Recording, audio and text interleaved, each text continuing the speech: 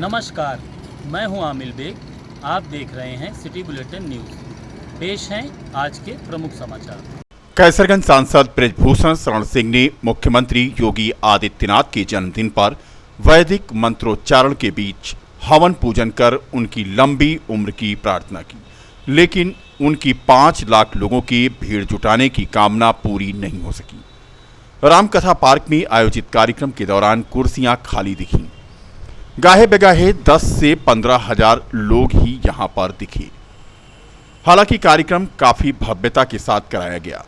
जन्मदिन के मौके पर 51 कुंटल का लड्डू आकर्षण का केंद्र रहा। मनसे प्रमुख राज ठाकरे ने जैसे ही अयोध्या दौरा रद्द किया तो बृजभूषण ने दूसरा दांव खेलते हुए पूरे कार्यक्रम में उलटफेर कर दिया।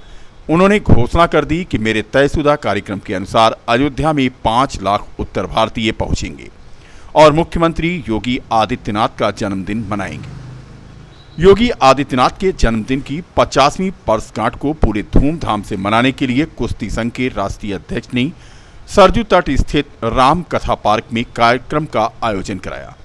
सांसद ने रामनगरी के तमाम साधु संतों के साथ पहले पूजन किया। इसके बाद समर्थकों को लेकर रामलला और बजरंग बली का दर्शन करने के लिए निकले। पुष्प वर्षा भी इस दौरान हुई। इस दौरान उत्सव के व्यवस्थापक के अनुसार राम कथा पार्क में 108 वेद पाठी ब्रह्मचारी स्वास्थ्यवाचक के साथ मुख्यमंत्री के जन्मोत्सव का शुभारंभ किया गया। इस मौके पर राम बल्लभा कुंज के अधिकारी राजकुमार दास, विधायक वेद प्रकाश गुप्ता, रामचंद्र यादव और स्थानीय नेतागण मौजूद रहे।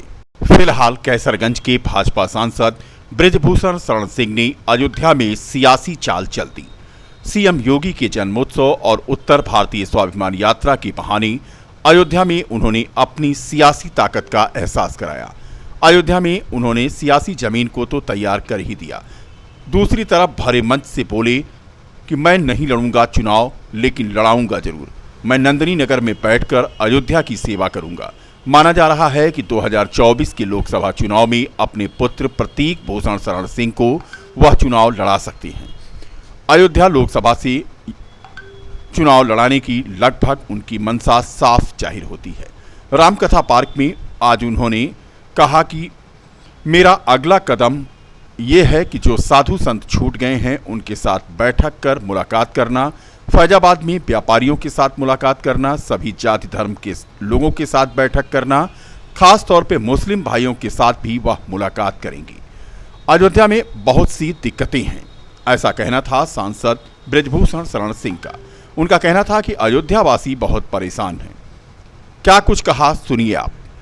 अगला कदम मेरा ये है कि मैं कुछ दिन के बाद अयोध्या के साधु संतों, कुछ स्थान छूट गए हैं उनका भी दौरा करूंगा। फिर कुछ प्रमुख लोगों के साथ बैठूंगा और फिर एक रोज फैजाबाद के भी सभी जात धर्म के प्रमुख लोगों के साथ बैठूंगा।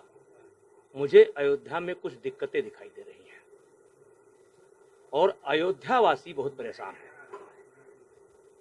वो दिक्कत क्या है मैं अभी आपको नहीं बता सकता, लेकिन अयोध्यावासी जैसे अयोध्यावासी होने की सजा पा रहे हैं। तो मैं पहले साधु संत महात्माओं के साथ बैठूंगा, उनकी राय लूँगा। फिर फैजाबाद में भी व्यापारियों के साथ, मुस्लिम समाज के साथ, सारे समाज के साथ बैठूंगा। मैं लड़ूंगा तो नहीं, लेकिन उस समस्या को मैं जानूंगा और उसके बाद उस समस्या को मैं योगी जी से और मोदी जी से जा कर के रखूंगा कि अयोध्या वासियों का कुछ दर्द भी है। उत्तर प्रदेश जैन विद्या शोध संस्थान संस्कृत विभाग की संयोजन में प्रथम तीर्थंकर ऋषभ देव की जन्मभूमि अयोध्या से जैन अनेकांत सिद्धांत प्रवचन का शुभारंभ किया गया। इस कार्यक्रम का शुभारंभ राम जन्मभूमि तीर्थ क्षेत्र ट्रस्ट के महासचिव चंपत राय ने किया। इस दौरान आए हुए मुख्य अतिथि एवं गोपाल जी ने मंगल रथी छात्रों को आशीर्वाद प्रदान किया और राष्ट्र के प्रति समर्पित भावना का उपदेश दिया। उत्तर प्रदेश जैन विद्या शोध संस्थान के उपाध्यक्ष प्रोफेसर अभय कुमार जैन ने बताया कि अनेकांत सिद्धांत आज के संघर्षपूर्ण विश्व को अहिंसात्मक समाधान देने में उपयोगी है। अनेकांत सहिष्णुता का पोषक है। अनेकांत पूर्वाग्रह और दुराग्रह को नाश करता है।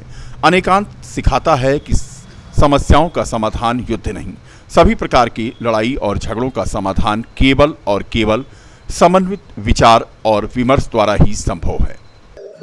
उत्तर प्रदेश जैन विद्या शोध संस्थान संस्कृति विभाग लखनऊ पिछले कई दिनों से ये अभ्यास कर रहा था कि हमारे उत्तर प्रदेश में 18 तीर्थंकरों का जन्म स्थान है और वो जन्म स्थान भी हमारे विकसित नहीं है। साथ ही साथ अभी यूक्रेन आदि स्थानों पर युद्ध होने के कारण जब उस विभीषिका को समाप्त करने की चेष्टाएं होती रही, वो समाप्त नहीं हुआ, तो हम लोगों का भाव ये हुआ कि हम लोग भगवान महावीर के एक अनूठे सिद्धांत अनेकांत सिद्धांत को पूरे उत्तर प्रदेश में कम से कम प्रवर्तित करें, जिससे कि उत्तर प्रदेश में ही नहीं बल्कि जैन लोगों में नहीं, जैनेतर समाज में भी लोग इस बात को समझें कि अनेकांत का सिद्धांत कोई ऐसा सिद्धांत नहीं जिसके लिए कोई नियम पालन करना पड़ता है।